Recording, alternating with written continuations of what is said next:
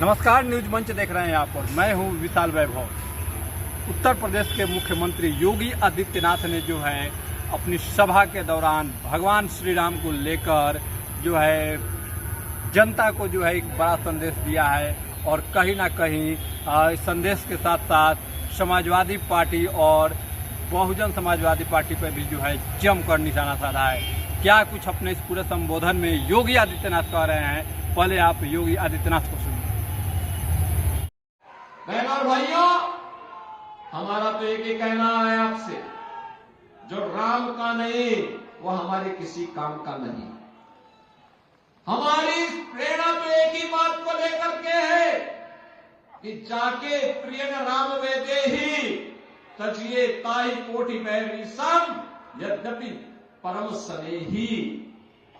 जो भगवान राम के प्रति श्रद्धावान नहीं, जो भगवान राम के प्रति श्रद्धा और भक्ति का भाव नहीं व्यक्त कर सकता है, वह भले ही आपका कितना नजदीकी मित्र हो, रिश्तेदार हो, सगा संबंधी हो, उसको वैसे ही छोड़ देना चाहिए जैसे किसी दुश्मन को छोड़ा जाता है। बहनों और भाइयों, एक सनातन वाक्य है और यहां पर तो आपके सामने परम राम भक्त धर्मराज निषाद को भारतीय जनता पार्टी और एनडीए ने प्रत्याशी बनाकर के आपके बीच उतारा है। आपने पिछले 2 वर्ष 2 महीनों के दौरान कटहरी में हो रहे विकास के कार्यों को आगे बढ़ते हुए देखा होगा, यहां की कल्याणकारी योजनाओं को आगे बढ़ते हुए देखा होगा। अच्छा जनप्रतिनिधि चुना जाएगा।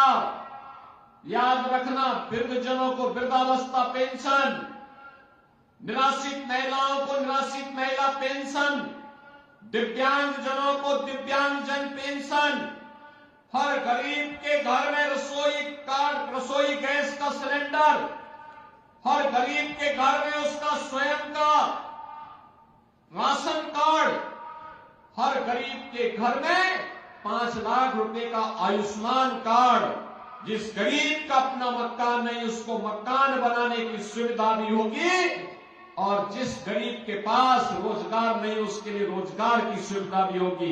यह भारतीय जनता पार्टी की सरकार आज आपको देने के लिए पूरी प्रतिबद्धता के साथ काम कर रही है।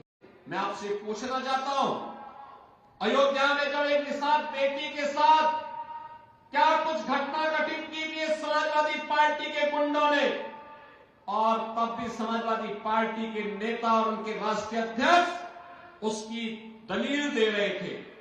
बहनों और भाइयों, बेटी तो सबकी होती है। बेटी के साथ अगर कोई इस प्रकार का जुर्म करेगा, इस प्रकार का अत्याचार करेगा, तो हमारा तो संकल्प ही है कि उस दुष्कर्मी के लिए फिर जगह नहीं, उसकी जगह केवल और केवल जहन्नुम में हो सकती है, बाकी उसके लिए कोई जगह नहीं हो सकती।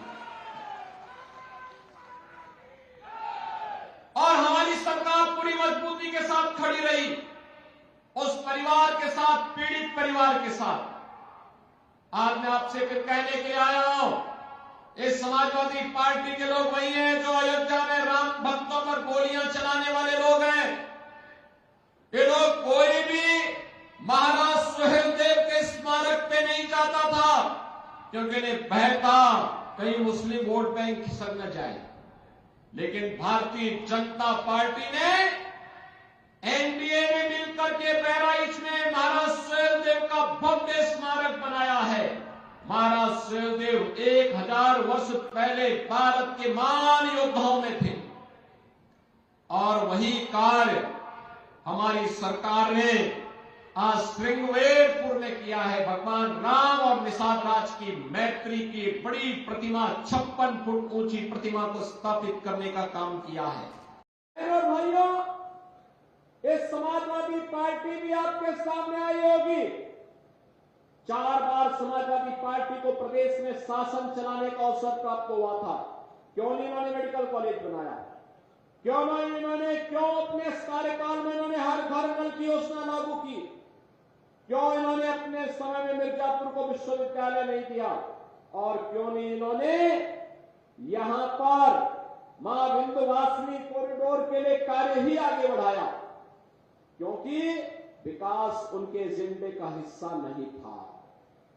वहां पे तो सबका साथ और परिवार के विकास के भाव के साथ ये समाजवादी पार्टी के लोग कार्य करते थे। या तो उसमें सिपाही परिवार का विकास हुआ या प्रदेश के बड़े बड़े माफिया और दुर्दांत गुंडों का ही विकास हुआ।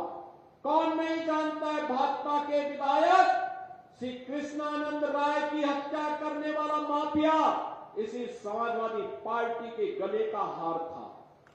कौन नहीं जानता राजू पाल की निर्मम हत्या करने वाला दुर्दांत माफिया वह समाजवादी पार्टी और बहुजन समाजवादी पार्टी का ही गले का हार था। कौन नहीं जानता है इनके करतूतों को। इन्होंने कार्य नहीं किए, कारनामे किए, और यही कारण है कि उत्तर प्रदेश की जनता और उत्तर प्रदेश की बेटी और बहनें आज भी इस बात को कहती हैं कि समाजवादी पार्टी का जंगल राज की फिर कभी वापसी न हो।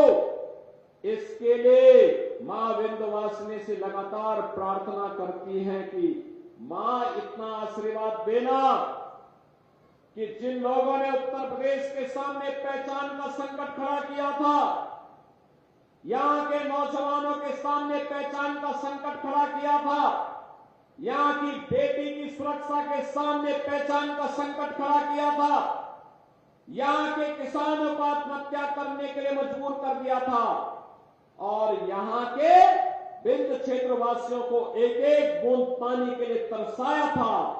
वह समाजवादी पार्टी दोबारा कभी भी सत्ता के डोर तक पहुंचने न पाए, इसके लिए यहां का एक एक माता और बहन लगातार मां विंध्यवासिनी से प्रार्थना करता है। तो जैसा कि आपने सुना यूपी के मुख्यमंत्री योगी आदित्यनाथ को, जिन्होंने सीधा रूप से कहा कि जो भगवान श्री राम का नहीं वो किसी काम का नहीं, और समाजवादी पार्टी और बहुजन समाज पार्टी पर भी जो है जमकर निशाना साधा है और खरी खोटी सुनाया है। बने रहिए न्यूज मंच के साथ। न्यूज मंच के लिए उत्तर प्रदेश से गणेश कुमार के साथ विशाल वैभव, पटना।